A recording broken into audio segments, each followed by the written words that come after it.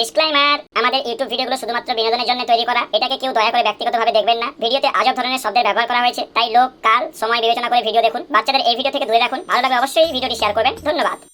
আবে আদি, আবে রাস্তা কখন আসবে রে ওরা?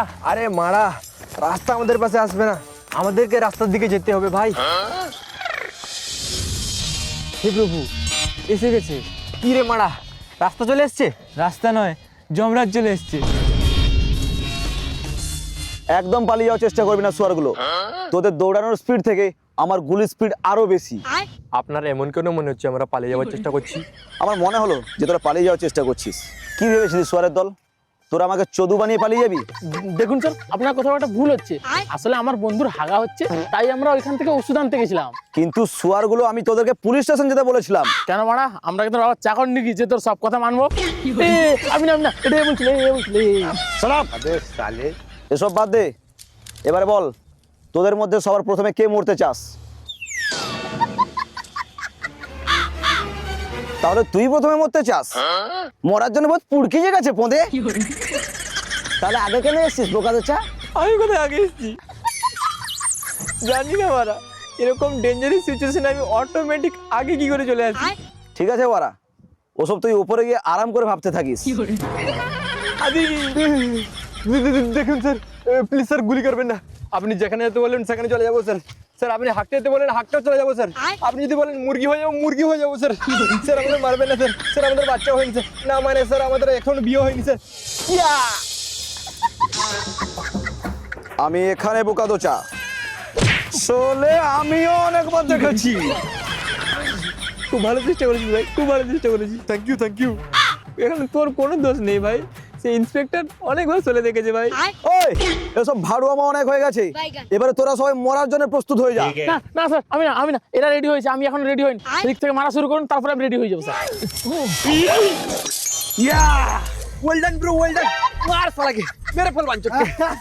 ইন্সপেক্টর, প্রত্যেকটা ব্যাপারে একটা বাপ থাকে। আচ্ছা আর তাকে আমরা দাদু বলি। তাই নাকি? আরে তুই আমাদের মৃত্যুর ভয় দেখাচ্ছিলি ওরা। আরে আমরা তো রোজ মৃত্যুকে নিয়ে খেলা করি। চল ইন্সপেক্টর, আজকে তুই আর আমি মিলে একটা মৃত্যুর খেলা করি।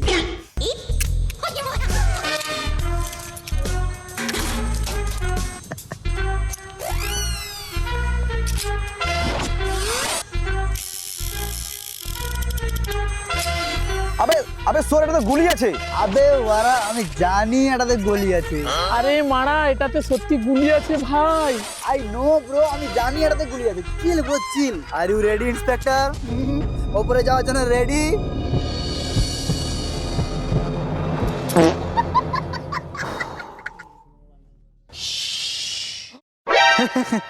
বেঁচে গেল সারাটা।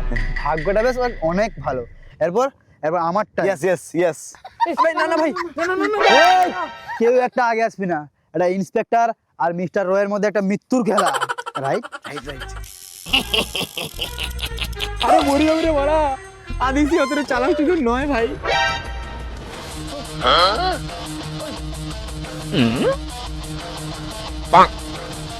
রয়